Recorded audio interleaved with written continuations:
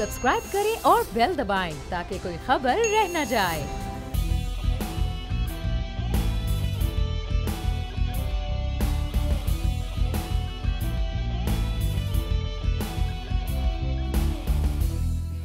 अस्सलामुअलैकुम। प्रोग्राम में खुशामदीद। मैं हूं महविश अनस और मेरे साथ मौजूद हैं बोल न्यूज़ के एडिटर इन चीफ नज़ीर लगारी साहब। नाज़रीन, भारत मकबूजा कश्मीर में रोज़ बरोज़ दीदा दिलेरी के साथ जुल्म ढा रहा है, खित्ते का अमन तबाह करने के लिए काविशें कर रहा है। जबकि भारत में हिटलर के नक्शे कदम पर भारत चल पड़ा है और खित्ते का अमन तबाह करने की कोशिश कर रहा है। कश्मीर में मुसलमानों की नस्लकशी की जा रही है, जबकि जाली नाम निहाद ऑपरेशन करके कश्मीरी नौजवान नस्ल को ख़त्म भी किया जा रहा है। और साथ साथ गुज़िश्ता दिनों भारत ने 2 कश्मीरी जवानों को जाली ऑपरेशन में शहीद कर दिया। दूसरी तरफ भारत लाइन ऑफ कंट्रोल पर भी अपने ओछे हथकंडों से बाज नहीं आ रहा। भारत मुसलसल आज़ाद कश्मीर में लाइन ऑफ कंट्रोल पर शहरी आबादी को निशाना बना रहा है। पाकिस्तान दुश्मनी में भारत हर हद पार कर चुका है। मोदी सरकार ने गीदड़ की तरह चालें चलना शुरू कर दी हैं। गुज़िश्ता माह 11 पाकिस्तानी हिंदुओं को भारतीय एजेंसी रॉ ने कत्ल कर दिया और कत्ल होने वाले हिंदू खानदान के एक फर्द की बेटी ने इल्जाम आयद किया है कि पाकिस्तानी हिंदू खानदान को रॉ का एजेंट ना बनने पर कत्ल किया गया। भारत पाकिस्तान दुश्मनी में अंधा और खून का प्यासा बन बैठा है। आखिर भारत को कोई कुछ कहता क्यों नहीं है? आलमी बरादरी खामोश क्यों है? भारत को सिफारती महाज को शिकस्त देने के लिए पाकिस्तान को क्या इकदाम करने चाहिए? इन सारी सूरत हाल पर बात करेंगे, लेकिन पहले आपको क्लिप दिखा दें। 8 साल से रहने वाले लोग जब भारत के लिए जासूसी के लिए इस्तेमाल नहीं हुए तो उन्हें कत्ल कर दिया गया। लगारी साहब, इनको धोखा देकर इमिग्रेशन के नाम पर भारत बुलाया गया और मौत की नींद सुला दिया गया। भारत का मकरू चेहरा अब दुनिया के सामने आ चुका है। आप क्या समझते हैं, क्या भारत में जो पाकिस्तानी हिंदू हैं वो भी महफूज नहीं है? असल बात और आगे जाएगी। अच्छा, बहुत से हिंदू ऐसे हैं जो लॉजिकल हैं, जो अक्ल की बात समझते भी हैं और सुनते भी हैं, उनकी भी खैर नहीं है। इसलिए कि राष्ट्रीय सेवक संघ एक ऐसी तंजीम है, ऐसी दहशतगर्द तंजीम है जो सिर्फ अपने बारे में ठीक बात सुनती है और किसी और के बारे में। हिंदू होते हुए भी अगर कोई उनके मौक़िफ़ की हिमायत नहीं करता है तो उसका पहला कत्ल तो हो चुका ना। पहला कत्ल कौन हुआ था? 1948 में सबसे पहले एक इंतहा पसंद हिंदू ने, राष्ट्रीय सेवक संघ के एक एजेंट ने आज़ादी के बाद सबसे पहले गांधी का कत्ल किया था। वो तो इन्हीं का आदमी था, आरएसएस का आदमी था। आरएसएस जिसको भी ये समझती है कि हमारे मौक़िफ़ के हक में नहीं, और इसके हक में कौन है? मोदी उसके हक में है। और आडवाणी साहब यहाँ से गए थे हमारे हैदराबाद से और वहाँ पहुँचे थे, वो आरएसएस के मेंबर थे और वो सारी ज़िंदगी आरएसएस में रहे और वो इंतहा पसंद थे, इंतहा पसंद हिंदू थे। और इंतहा पसंद हिंदुओं की एक बाउंड्री है, उस बाउंड्री के अंदर जो शख्स नहीं होता है वो उसको कत्ल करना गवारा समझते हैं, खुद हिंदू ही क्यों ना हो, उसकी भी जान को खैर नहीं है।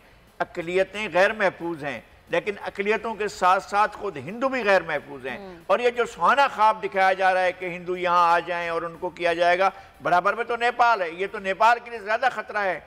नेपाल से हिंदू जाएंगे और कत्ल कर दिए जाएंगे, पाकिस्तान से हिंदू जाएंगे और कत्ल कर दिए जाएंगे, बांग्लादेश से हिंदू जाएंगे और कत्ल कर दिए जाएंगे, भूटान से हिंदू जाएंगे, कत्ल कर दिए जाएंगे। इसलिए कि इंडिया जो है गैर महफूज सरजमीन बन चुका है पूरे के पूरे रीजन के लिए, और ख़ास तौर पर अपने मुल्क के लोगों के लिए। मोदी की सरकर्दगी में एक तो क्लैप्स हो चुका है इकोनॉमिकली, जो समझते थे जनाब शाइनिंग इंडिया है और उसने जो है क्या काम कर दिया। और जनाब, लेकिन जब उसने एक शिफ्ट किया है कि उसने इंडिया को नत्थी करना है, किसी बैनुल अक़वामी खेल का हिस्सा बनाना है, तो उसका हिस्सा बनने से खुद इंडिया की अपनी सलामती खतरे में पड़ रही है। मैं गिन कर बता सकता हूं कि इस वक्त जो है वो 7-8 रियासतें अलग होने के लिए बेचैन है और ये हो जाएंगी अलग। मोदी का ये दौर और चल रहा है, चंद साल और चलेगा तो देख लेना ये इंडिया एक नहीं रहेगा। अच्छा लगाई साहब, मुल्की तारीख में मुमकिना तौर पर शायद पहली मरतबा ऐसा हो रहा है कि इस्लामाबाद के डिप्लोमेटिक इनक्लेव में जो हिंदू बरादरी है वो एहतजाज कर रही है 11 पाकिस्तानी हिंदुओं के खिलाफ। आपको क्या लगता है कि जो अवाम है, हिंदुस्तान की जो अवाम है, उनको भी ये सोच समझ आ गई है कि उनके हुक्मरानों की सोच बहुत घटिया और छोटी है? नहीं, ये तो आएगा उनको समझ में। इंडियन सोसाइटी को ये बात समझ में आएगी, इसलिए कि मुसलमान समझ चुके हैं, उन्हें पता है कि अब उनकी बका इसमें है कि वो मुत्तहद होकर इस शोविनिज्म का जो राष्ट्रीय सेवक संघ है उसका मुकाबला करें।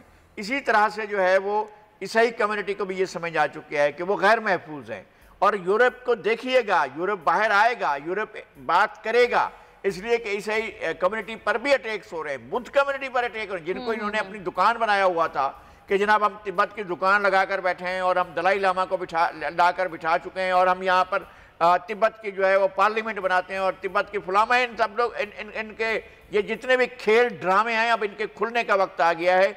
इंडिया आगे नहीं चल सकता इस तरह से। लगाई साहब, इंडिया की जानिब से मकबूजा कश्मीर में भी जुल्म बर्बरियत जारी है और कल भी हम जो बात कर रहे थे कि वज़ीर-ए-आज़म पाकिस्तान ने तो अक़वाम मुत्तहिदा की जनरल असम्बली में आवाज़ उठाई है कश्मीरियों के लिए और भारत के खिलाफ, लेकिन आलमी ताकतें आखिर क्यों खामोश हैं? वो कब जागेंगी? उनको कब ये समझ आएगी कि भारत क्या गेम कर रहा है? जब पाकिस्तान फॉलो अप करेगा, जब पाकिस्तान उसके पीछे जाएगा, जब पाकिस्तान मसले के हल के लिए आगे बढ़ेगा, सालाना जनरल असम्बली में एक अच्छी तकरीर काफी नहीं है, आपको फॉलो अप करना है। आपको दुनिया के अहम ममालिक में, खास तौर पर जो कल मोहतरमा मिशाल मलिक साहिबा ने ये तजवीज़ दी थी कि जो मुस्तकिल मेंबरान हैं जनरल असम्बली के सिक्योरिटी काउंसिल के, उनके पास हमारे वफूद जाने चाहिए, उनके पास वहाँ पर जाकर हमारे डेस्क होने चाहिए, वहाँ सफारत खानों में हमारे डेस्क होने चाहिए और हम उन लोगों से बात कर सकें ताकि हमारी एक आवाज़ अगर इंटरनेशनल कम्युनिटी के पहुँचेगी। ये जराइम जो इंडिया कर रहा है अगर वो पहुँचेंगे तो इंसान भारत इंसान है, वो ज़रूर सोचेंगे इसको और कश्मीरियों की मंजिल आसान होगी। कश्मीरियों ने 72-73 साल में एक दिन के लिए भी सबमिट नहीं किया, उनने सरेंडर नहीं किया, उन्हें अपनी आवाज़ कम नहीं की। वहाँ पर कुर्बानियों का सिलसिला जारी है, कभी वक्फा नहीं आया है। वहाँ कश्मीरी मुस्तकिल आज़ादी की जिद। अब वो लोग जो इंडिया के साथ मिलना चाहते थे, रहना चाहते थे, फारूक अब्दुल्ला इस बात के लिए तैयार नहीं है, उमर अब्दुल्ला इसके लिए तैयार नहीं है, महबूबा मुफ्ती इसके लिए तैयार नहीं है, गुलाम नबी आज़ाद भी इसके लिए तैयार नहीं होंगे। वक्त आएगा, हम बताएंगे कि किस तरह वो तैयार हो सकते हैं। वो कश्मीरियों के खून से गद्दारी करेंगे और कश्मीर के काज से गद्दारी करेंगे अगर फारूक अब्दुल्ला उनके साथ खड़े होंगे, अगर महबूबा मुफ्ती उनके साथ खड़े होंगे। महबूबा मुफ्ती और फारूक अब्दुल्ला अब कश्मीर की आज़ादी की बात कर रहे हैं और इन्हें और आगे जाकर साफ बात करनी होगी कि कश्मीर पाकिस्तान का हिस्सा है और होकर रहेगा। बिल्कुल ऐसा है। और नाज़रीन, इस हवाले से डीजी और मेजर जनरल बाबर इफ्तिखार की जानिब से एक दौरा कराया गया 24 गैर मुल्की सफ़ीरों और दीगर इदारों के नुमाइंदों को। उन्होंने कंट्रोल लाइन का दौरा किया और वहाँ पर जो नुकसानज़दा मकानात हैं और किस तरह से भारत शहरी आबादी को निशाना बनाता है, उस सारी सूरत हाल के हवाले से उन्हें आगाह किया गया और उनको वो मकानात दिखाए भी गए। इस हवाले से भी आपको क्लिप दिखाते हैं, फिर बात करेंगे।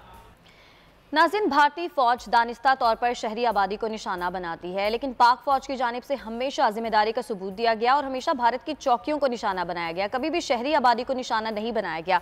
लेकिन लगारी साहब, ये बात समझ नहीं आती, क्या भारत मकबूजा कश्मीर की तरफ से तवज्जो हटाने के लिए इस किस्म की हरकतें करता है ताकि लोगों की तवज्जो उस जानिब मबजूल ना हो और पाकिस्तान अपने ही मसाइल में उलझा रहे? नहीं, पाकिस्तान का तो दूसरा मसला है ना, क्योंकि उधर की आबादी भी तो पाकिस्तान की है ना। ऐसा ही है। ये जो कश्मीरी हैं अपना इस जो हमारी कंट्रोल लाइन है, कंट्रोल लाइन से दूसरी तरफ जो लोग रहते हैं वो तो हमारे ही हैं ना, वो तो कश्मीरी हैं।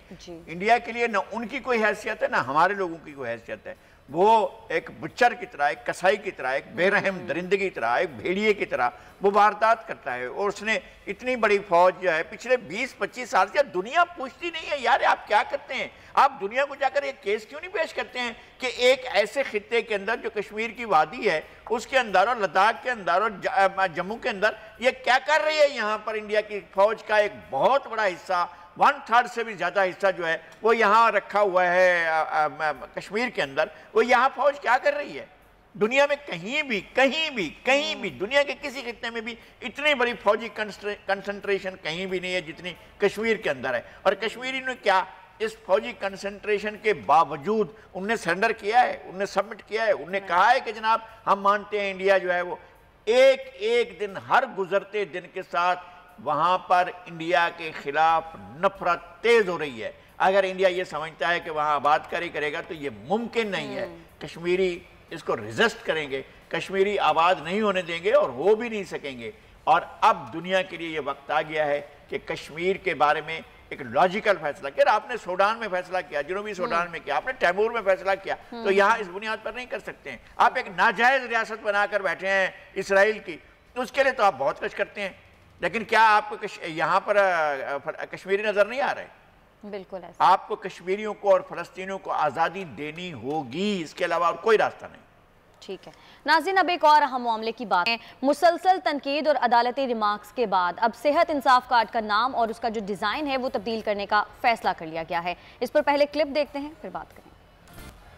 नाज़रीन, पाकिस्तान मुस्लिम लीग नून के दौरे हुकूमत में पाकिस्तान तहरीक इंसाफ की जानिब से यानी खान साहब की जानिब से सरकारी इश्तिहारात पर मुस्लिम लीग नून के रहनुमाओं की तस्वीर लगाने पर बहुत ज़्यादा तनकीद की जाती थी, एतराज़ उठाया जाता था। सुप्रीम कोर्ट में एक पटिशन भी दायर की गई थी और उस वक्त के जो वज़ीर आला पंजाब शहबाज शरीफ साहब हैं उन्हें कौमी ख़जाने में 50 लाख रुपए भी जमा करवाने पड़े थे। लेकिन लगारी साहब, सेहत इंसाफ कार्ड के मामले में पाकिस्तान तहरीक इंसाफ ने भी तो वही किया। ये तो वही बात हो गई कि दूसरों को नसीहत, खुद मियाँ फसीहत। असल में तारीख इंसाफ पर कोई चीज़ जो है उन पर लागू नहीं होती है। वो कानून से, अखलाकियात से और वो रिवायात से, सियासत की आला रिवायात से वो मुबर्रा हैं। इन चीज़ों का इनका उन पर असर नहीं पड़ता है। वो हर चीज़ को अपने लिए ठीक समझते हैं। वो पाकिस्तान को ये समझते हैं कि पाकिस्तान उनके विरसे में मिला है या पाकिस्तान उनको कहीं से उन्होंने हासिल किया है। पाकिस्तान आवाम की जिद्दोजहद से, कायद आज़म की जिद्दोजहद से हासिल नहीं हुआ। वो लगता यह है कि इमरान खान के कोई जद्द अमजद में से किसी ने इस मुल्क को हासिल किया था। ये ऐसा नहीं है, ये गलत बात है। आप अगर नवाज शरीफ की और शहबाज शरीफ की तस्वीर पर एतराज़ करते थे और उनकी पार्टी परचम पर एतराज़ करते थे तो फिर आप कैसे अपने परचम को लगा सकते हैं? किस तरह ये हो सकता है कि अपना पार्टी परचम, और फिर कैसे डिप्टी अटॉर्नी जनरल जो हैं वो बड़े अदालत के सामने बड़ी चालाकियाँ कर रहे हैं और बड़ा अपने आप को कैसे कि वो इसको मुनसिफाना करार दें और कि नहीं झंडा नहीं है जी, ये झंडा नहीं है, और सामने सब देख रहे हैं कि झंडा है। पहली बात। और दूसरी बात यह है कि अब हुकूमत ये फैसला कर रही है कि जनाब हम इसको तब्दील कर देंगे जब ये कार्ड ख़त्म होंगे। और अगर उन्होंने अपना कार्ड जो है वो 20 करोड़ कार्ड छपा रखे हैं तो फिर क्या होगा? फिर तो यही कार्ड चलते रहेंगे मेरे ख्याल में। अदालत का ना उन्होंने अब कौमी परचम लगा दिया। मैं ये कह रहा हूँ कि नया छपकर नहीं आया है ना, ये तमाम कार्ड कैंसिल कर दिए जाएं और इसकी जितनी भी लागत है वो पीटीआई से उसकी शोहरत के नाम पर या उसके एडवर्टाइजमेंट नाम पर उनसे वसूल की जाए। अगर शहबाज शरीफ से 50 लाख रुपए लिए जा सकते हैं तो फिर इनसे क्यों नहीं लिए जा सकते? ये किस तरह, कहाँ से इनको सुरखाब के पर लगे हुए कि इनका परचम जो है वो अब उस वक्त तक लगा रहे जब तक कि ये इनकी तादाद ख़त्म नहीं हो जाती, और फिर कौमी परचम उस वक्त लगाया जाए जब ये इनके जो है वो कार्ड्स ख़त्म नहीं हो जाते। भाई कार्ड ख़त्म क्या मुद्दत, अगर कार्ड की मुद्दत 4 साल हो रहा है तो ये 4 साल यही कार्ड चलता रहेगा, या इसकी अगर 2 साल मुद्दत है तो फिर 2 साल यही कार्ड चलता रहेगा। कार्ड फिल फौर मनसूख किए जाएं और उसकी जितनी भी लागत है वो पीटीआई से वसूल की जाए। ठीक है, हमें ब्रेक की जाने बढ़ना है और हम वापस आएंगे तो मुल्क की सियासत पर बात करेंगे। हमारे साथ रहिएगा।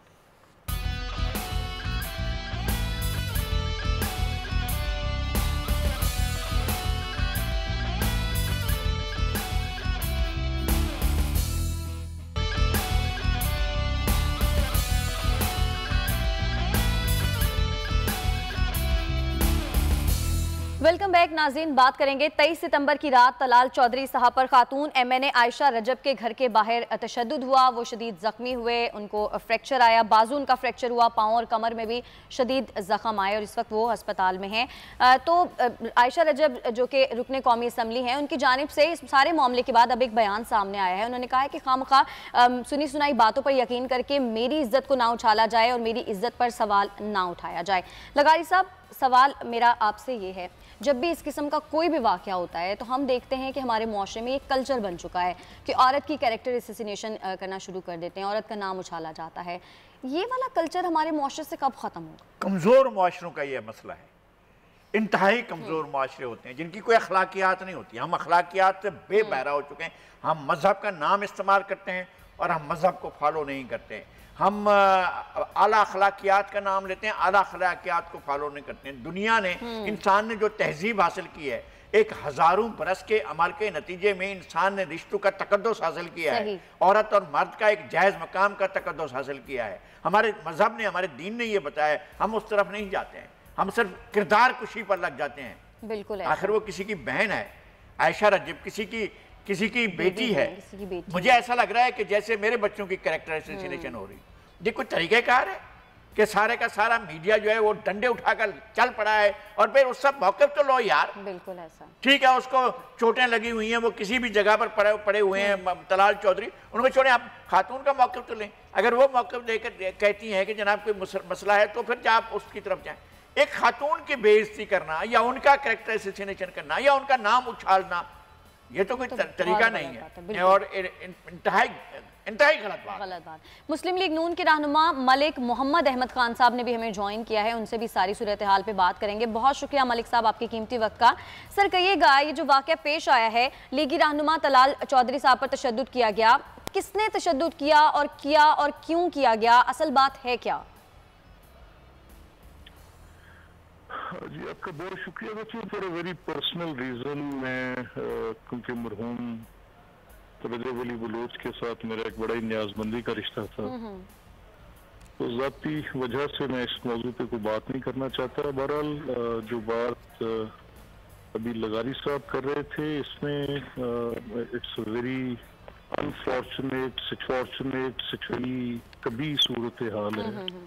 इंसानों के मुआशरे में हम जिंदा नहीं हैं। ये एक बिल्कुल इस तरह का वल्चर्स का, गिद्धों का मुआशरा बन गया जिसमें कलेक्टिवली हम सब लोग जिम्मेदार भी हैं, जिसमें औरत की तहकीर जो है वो किसी के उस पे किसी की फिक्र ही नहीं है कि कैसे है। या ये वो मुआशरा है जहाँ रोज चाइल्ड अब्यूज के केसेस होते हैं, और ये वो मुआशरा है जहाँ पर ये मोटरवे जैसे गैंग रेप्स होते हैं, और यहाँ पे कोई प्रोसिक्यूशन कोई है वो सर जोड़ के बैठने को तैयार नहीं है, और जब को बात करते हैं तो तमाशे की बात करते हैं जिसके साथ और उलझन और हब्स और बढ़ जाती है।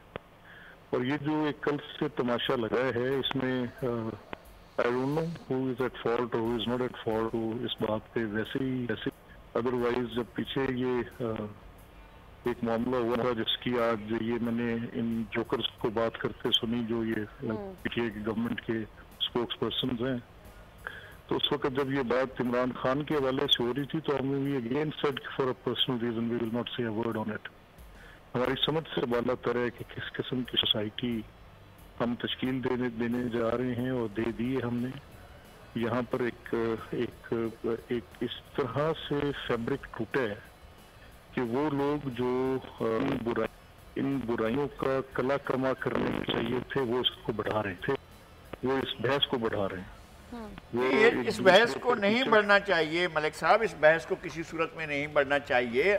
इसलिए नहीं कि यह तलाल चौधरी का मामला है, बल्कि इसलिए भी कि एक इंतहाई काबिल एहतराम खातून का मामला है। जब तक उनका मौक़िफ़ ना ले लें, जब तक वो खुद आकर कोई बात ना करें, हम उनके बारे में या उनको जिस तरह से हम घेर कर इस सारे मामले के अंदर ला रहे हैं, ये बात ही किसी सूरत में किसी अखलाकियात के दायरे में नहीं आती। ये कौन सी सियासत हो रही है और कौन सा मुझे अपनी बिरादरी पर, अपनी कम्युनिटी पर, मैं जर्नलिस्ट कम्युनिटी पर, मैं अपने जो मीडिया पर्सन हैं उनके रवैये पर मुझे अपने अफसोस का इजहार कर रहा हूँ। ये बिल्कुल नहीं सोचा जाता है कि जनाब किसी शख्स का हम किसको डिमेज कर रहे हैं और किसको हम डिस्ट्रॉय कर रहे हैं, किसको हम तबाह कर रहे हैं, किसको हम रौंद रहे हैं। एक बच्ची है और उसके साथ इस तरह फिर कौन सियासत में आएगा? और सियासत को आप इस तरह से अगर गुनाह आलूदा कर देंगे, अगर इस तरह से सियासत को नाकाबिले बर्दाश्त बना देंगे, तो फिर कौन सियासत का रुख करेगा? मलिक साहब, इस सारी सूरत हाल पर आखिर पार्टी को तो कोई लाहे अमल बनाना चाहिए, इस तरह पर तो कुछ चीज़ होनी चाहिए। जी ये आप दुरुस्त फरमा रहे हैं। ये बिल्कुल जो भी आपने कहा है, मैं 100% इस बात से मुत्तफिक हूँ। और इसमें दो पार्टीज जो ज़्यादा इम्पोर्टेंट जिनकी बात है, ये उनकी स्टेटमेंट, आयशा की स्टेटमेंट, एक उन्होंने ट्वीट लिखा है कि मेरा नाम इन तरह से ना कोई हुकूमती जिम्मेदारान लें ना मीडिया में लें, मेरा वाकया के साथ कोई ताल्लुक नहीं है। उनकी एक ट्वीट तो आई है ये। बिल्कुल। सेकेंडली इसमें तलाल का मौक़िफ़ ज़रूरी है कि वो क्या कहते हैं, लेकिन somehow it has taken लगारी साहब, आप तो एक उन लोगों में शामिल हैं जो इस पेशे के एतबार से भी, सहाफ़त के, और जिनको हम एक बड़ी कदर की निगाह से देखते हैं। ऑनेस्टली स्पीकिंग सर, मैं तो ये कह सकता हूँ कि ये एक डाइंग सोसाइटी है। यहाँ पर इसी चीज़ की कोई कदर, यहाँ पर ख़वातीन के हकूक़ और उनके एहतराम की बात को तो आप बहुत पीछे छोड़ दें, लेकिन यहाँ देखें ना कि जो पॉलिटिकल पॉइंट स्कोरिंग है वो कितनी निचली सतह तक जा चुकी है, चाहे वो मेरी पार्टी से हो या चाहे कोई और करे।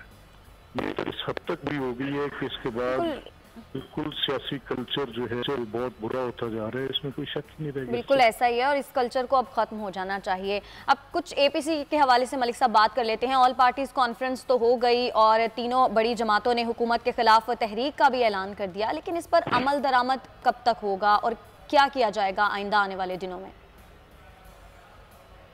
देखिए, ये मेरी अपनी जो इसमें एक एनालिसिस है, ये एक सियासी कारकुन की हैसियत से जो मैं समझ रहा हूँ कि मौजूदा हुकूमत ने जो काम ये अपोजिशन की मुख्तलिफुल ख्याल सियासी जमातें जिनकी एक बड़ी मुखासमत की तारीख है, जिनके सियासी नजरियात, फॉर एग्जाम्पल अगर आप देख लें कि मुस्लिम लीग या पीपल्स पार्टी या जमीयत उलमा इस्लाम सब एक मुख्तलिफ सियासी फिक्र, एक मुआशी फिक्र, एक समाजी अंदाज, सारे मुख्तलिफ अंदाज की जमातें हैं जो कि एक प्लेटफॉर्म पे किसी एक नुक्ते पे मरकूज होनी मुश्किल होती हैं। लेकिन इस हुकूमत ने अपनी 2 साल की इस हुक्मरानी में जिस तरह की नाइंसाफ़ी, जिस तरह का तसुब, जिस तरह की इसके अंदर एक उन्होंने एक वन पार्टी रूल का जो एक निज़ाम, एक रजीम कोशिश की, तो ये सारी अपोजिशन की जमातें इस नुक्ते पे जरूर इकट्ठी हो गई हैं कि इस हुकूमत का मजीद चलना एपीसी में एक अहम बात साबिक वज़ीर आज़म मियाँ नवाज शरीफ साहब की तकरीर थी। उस तकरीर पर मुख्तलिफ हल्के एतराज़ात उठा रहे हैं और उस बयानिए को कुछ और रंग भी हो रहा है कि वो किसी और अंदाज में पेश किया जा रहा है। क्या पाकिस्तान मुस्लिम लीग टोटल इस नुक्ते नज़र को, इस तकरीर को और इसके बयानिए को ओन करती है? जी, ये आपका सवाल बड़ा अच्छा है कि ये तो किसी सूरत सोचा नहीं जा सकता कि जो आईनी हदूद हैं उससे बाहर कोई रहे। तो मियाँ साहब ने क्या कहा? मियाँ साहब ने यही कहा है कि वो तमाम अदारे अपने आईनी हदूद में, इसकी कोई दो टोक अल्फाज में तशरीह हो, अगर आईनी हदूद में काम नहीं करेंगे तो सियासी जमातों का ये हक बनता है कि वो सबको इस बात पर राग़िब करें, कोशिश करें, जदोजहद करें। अगर देखें ना, फॉर एग्जाम्पल मैं बड़ा मोतरज़ था, मैं थोड़ी सी बात लंबी करना चाहूँगा, आप इजाज़त दें जी। जब मोहतरम साकिब निसार चीफ जस्टिस थे और वो इंक्रोचमेंट कर रहे थे पार्लियामेंट के मामलात पे, तो हम कह रहे हैं कि पार्लियामेंट को ताले लगा दें। अगर तो उन्होंने जो ये फैसले भी उन्होंने करने हैं कि हेल्थ पॉलिसी क्या होगी, ये नहीं देखना कि हेल्थ पॉलिसी खुद से उन्होंने देनी है। तो अगर ये फैसला करना है कि पॉपुलेशन कंट्रोल कैसे होगी, तो ये सारे मामलात हैं इनके ऊपर ताले लगा देने चाहिए। इसी तरह से हम कहते हैं कि जो नजरियाती हदूद हैं इनकी मुहाफ़िज़ आपकी मलिक साहब एक बात और हुई है, वो ये हुआ है कि 2 तकरीरें, मतलब जरदारी साहब की तकरीर के अलावा जो पब्लिक में आई हैं वो मियाँ नवाज शरीफ और मियाँ शहबाज शरीफ की तकरीरें हैं। इसको मीडिया ने भी और हुकूमत के ज़राए ने भी इसको 2 मुख्तलिफ मुतज़ाद और मुतसादिम जो है स्पीचेस करार दिया है। इस सिलसिले में आप क्या कहेंगे? अच्छा, मेरी शहबाज साहब से पर्सनली डिटेल बात हुई और मुझे ये कहने में बिल्कुल दिक्कत नहीं है कि शहबाज साहब ने अपनी सारी ज़िंदगी 35-40 साल का उनका सियासी अमल हमेशा से मियाँ साहब की सियासी नज़रियात और उनके साथ मिलकर काम करने में है। वो कभी भी इस बात से पीछे नहीं होंगे जो उनके वो लीडर भी हैं, पार्टी के सरबराह भी हैं, तो बिल्कुल स्टेडफास्ट है इंशाल्लाह। ठीक है, बहुत शुक्रिया आपका मलिक मोहम्मद अहमद खान साहब, आपने अपना कीमती वक्त। नाज़रीन, यहाँ पर हमें ब्रेक की जाने बढ़ना है। ब्रेक से जब हम वापस आएंगे तो मजीद बात करेंगे, हमारे साथ रहिएगा।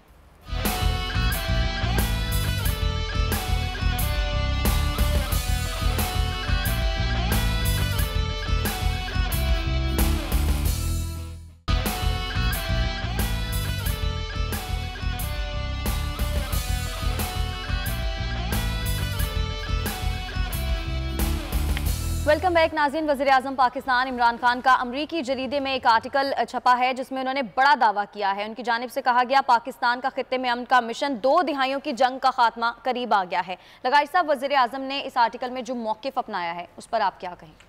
देखें, गैर मुल्की फ़ौजों के इनखला के बारे में जो शराइत वज़ीर आज़म के मज़मून में आयत की गई हैं उनके सबब से, और ये कि हमारी ये खुश सोचना, अच्छा सोचना, हमें खुशगुमानी करना कि ऐसा हो जाएगा, सर-ए-दस्त इसके बारे में चीज़ें ठीक नज़र नहीं आ रही हैं।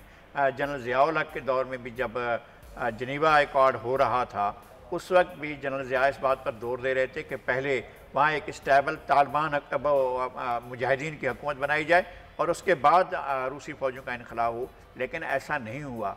फिर आपने देखा कि उसके बाद भी कई बरसों तक नजीबुल्लाह की हुकूमत रही और उस जब तालिबान की जब मुजाहिदीन की हुकूमत बनी तो उसके बिल्कुल दीगर वजूहात थीं। ख़ास तौर पर जब रशीद दोस्तम, असलम वतनिया, जर्नैल जो थे, जो कम्युनिस्ट पार्टी के या वहाँ की जो पीपल्स डेमोक्रेटिक पार्टी के जो जर्नैल थे, वो जाकर मिल गए थे मुजाहिदीन के साथ।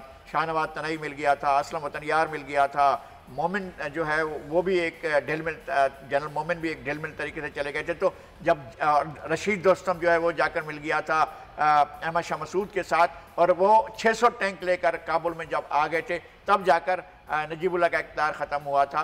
लेकिन उसमें मुजाहिदीन का कमाल नहीं था, जर्नैलों का कमाल था जो उस वक्त कंट्रोल कर रहे थे काबुल का। क्या ये सारा मुमकिन है कि तालिबान की हुकूमत वहाँ पर कायम हो सके? क्या वहाँ पर जो वो बनाया गया है, वहाँ जो जर्नैल हैं इस वक्त जो रिप्लेस कर चुके हैं, जिनको इस्टेब्लिश किया था हामिद करज़ई ने और अशरफ गनी ने, क्या वो स्पेस देंगे? काबुल को कभी भी बाहर से फतह नहीं किया जा सकता। काबुल हमेशा अंदर से अगर कोई बगावत होती है तब फतह होता है। अगर ये रास्ता ना देता रशीद दोस्तम अहमद शाह मसूद को, तो अहमद शाह मसूद भी अंदर दाखिल नहीं हो सकते थे।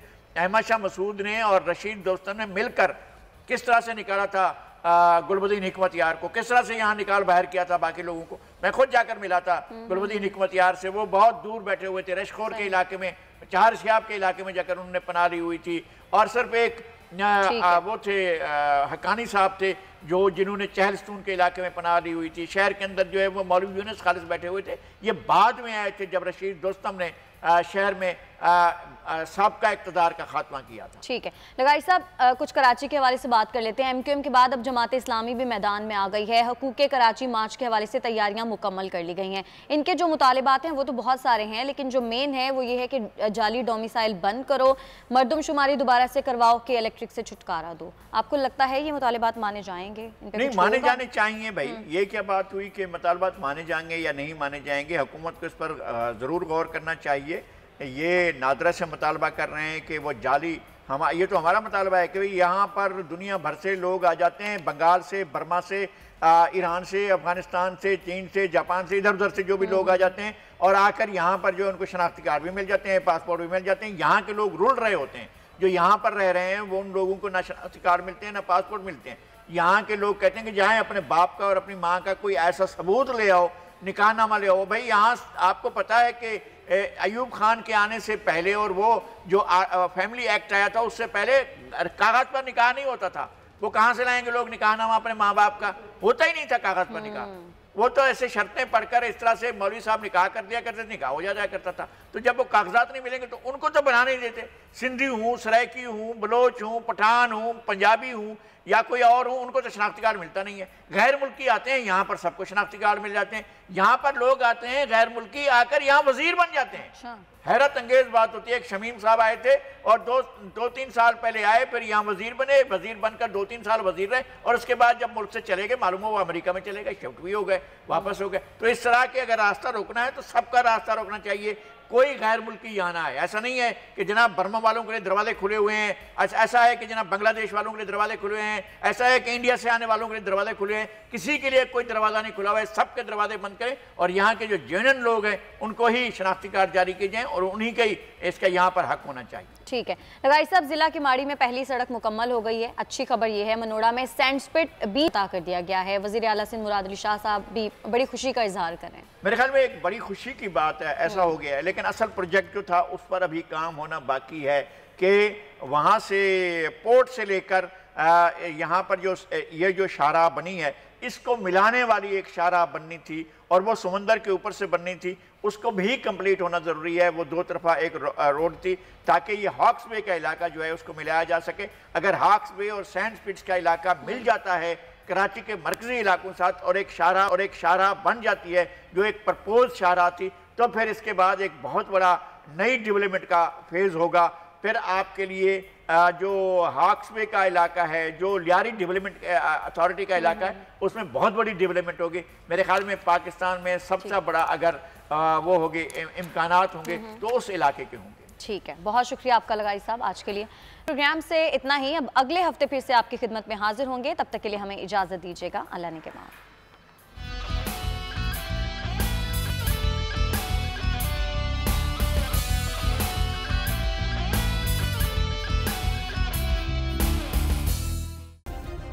सब्सक्राइब करें और बेल दबाएं ताकि कोई खबर रह न जाए।